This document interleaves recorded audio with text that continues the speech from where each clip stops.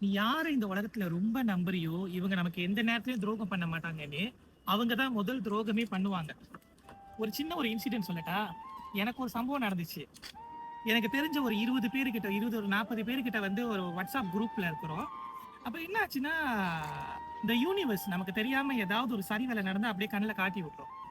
அப்போ ஒரு 2 நாளுக்கு முன்னாடி என்ன ஆச்சுன்னா, ஒருத்தர் இந்த இந்த 40 பேர் இருக்கிற குரூப்ல ஒருத்தர் வந்து அவருடைய அவருடைய ஃபோன வந்து தெரியாதனமா என்கிட்ட குடுத்துட்டாரு. நானும் தெரியாதனமா பார்த்துட்டேன்.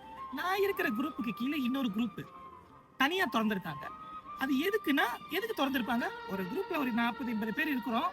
அத தவிர்த்து ஒரு 6, 7 பேர் மட்டும் தனியா ஒரு குரூப் தொறக்குறாங்கன்னா, கண்டிப்பா ஏதோ ஒரு தனியா ஒரு தனிப்பட்ட விஷயம் பேசுறதுக்கு தானே! ஆமாவா இல்லையா? பேசுறதுக்கு இருக்கும். எனக்கு இவங்கலாம் பேசுறது ஒரு விஷயமே கிடையாது.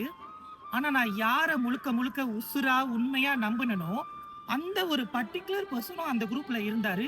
அத பார்த்து அப்படியே நெஞ்சு வெடிச்சிருச்சுடா. அப்போ ஒரு விஷயம் கத்துக்கிட்டேன்.